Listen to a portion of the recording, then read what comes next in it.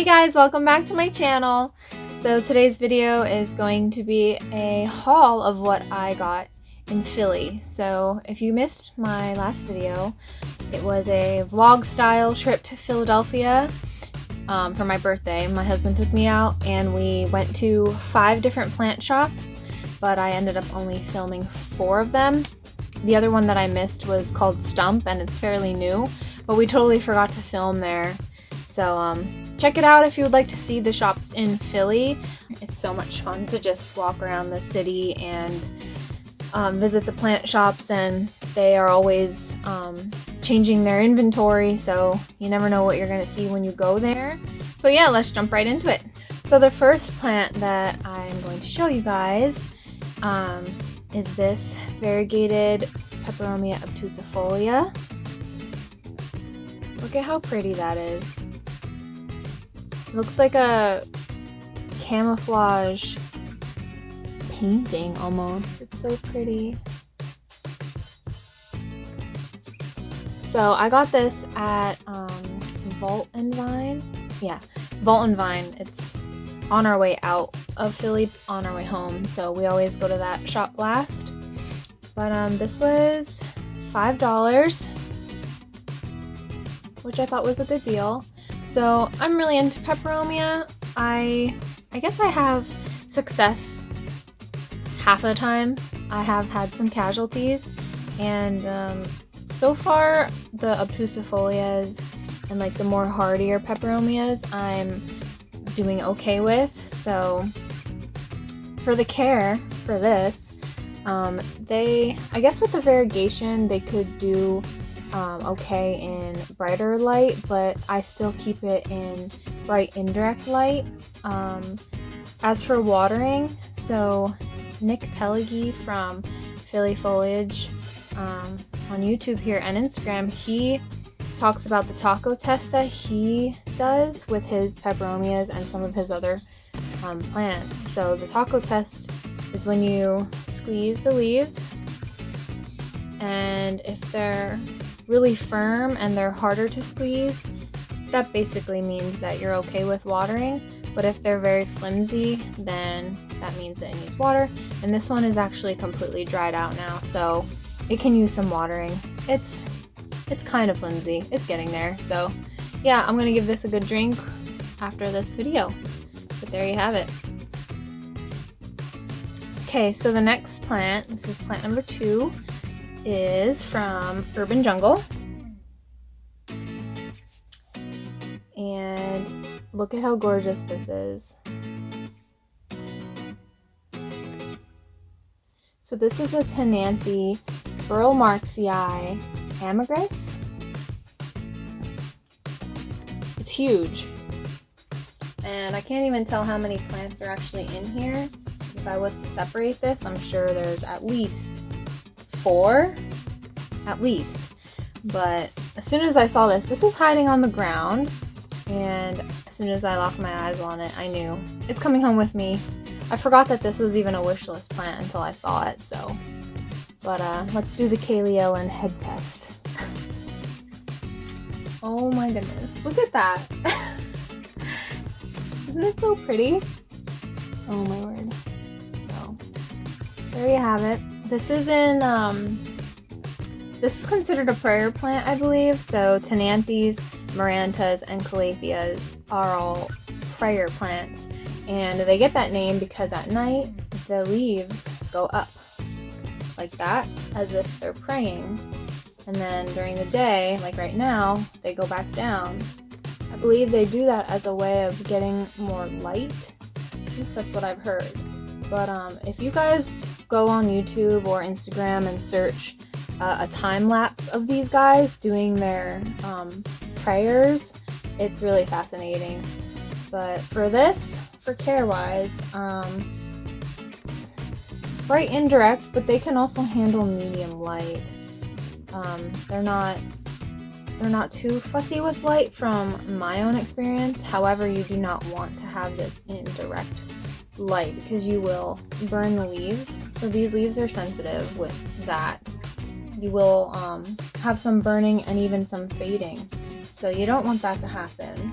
But Ooh, the undersides are like pretty purple. So cute. And then as for watering, from experience, my calatheas, they tend to curl their leaves like that when they need water. So I'm a very visual, touchy-feely type of plant mom, where I go around and I'll feel and touch, and that's how I determine what needs water, what doesn't, and stuff like that. So these are fairly easy to care for. And again, this plant I got from Urban Jungle, and it was $28.99. Very worth it to me. I would watch out for pests because in the past I've had a lot of problems with spider mites with my prayer plants. So you do want to do an inspection every time you go to water, or even just here and there when you're examining your plants. Just give it a quick check. You want to make sure that you don't see any pests under the leaves, any webbing, anything like that. And if you do, give it a good rinse, or even just as a preventative care, give this a good rinse, like all the leaves once in a while. So there's plant number 2. So plant number 3 I got for free from Nick. If you watched my very first video where I talk about the plant tag, I mentioned the Monstera Peru cutting that I have for over, I think, almost a year, that has never sprouted a root.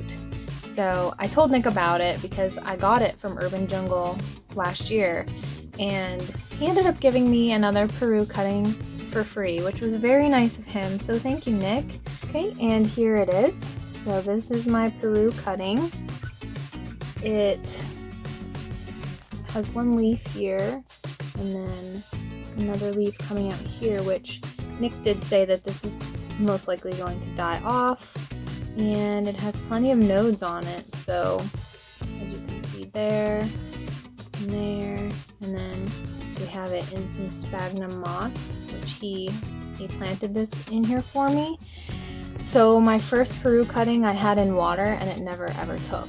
So he said try sphagnum moss because, you know, just to see what happens. So I have it sitting in here and I'm trying to just not fuss with it too much. And it's still actually damp from when he watered it. So I'm just gonna let that kind of dry out a little bit more and then just keep wetting that. And hopefully we can get some roots on this guy. But I thought that was very nice of him. And these brown spots I think are just from stress from being cut. So no big deal. I'm thankful. I'll give an update on this later on in the year. Let's see how it's doing then.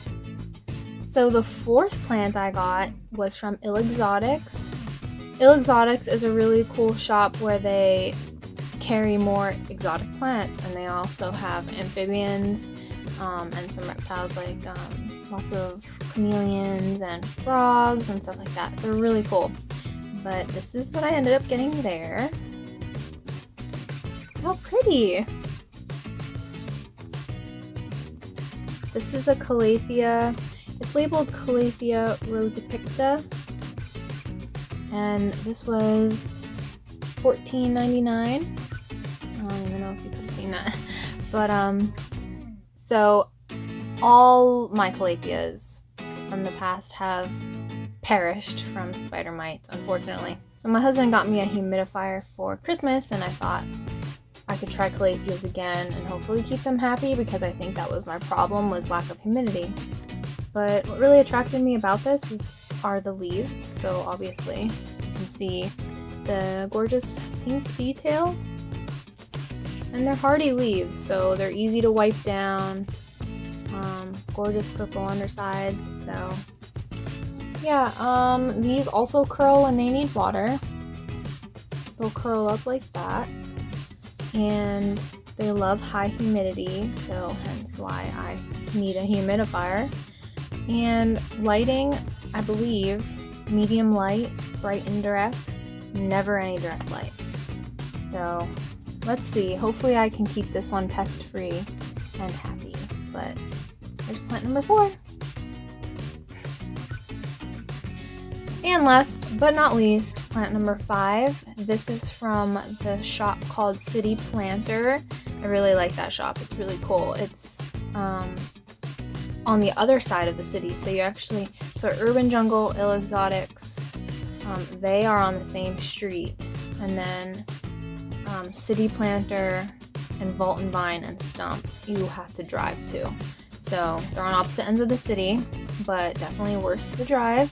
But this is what I got from City Planter. It is a variegated peace lily.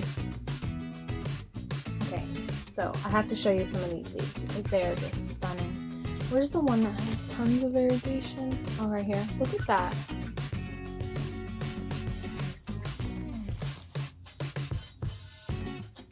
Oh my goodness. I'm in love.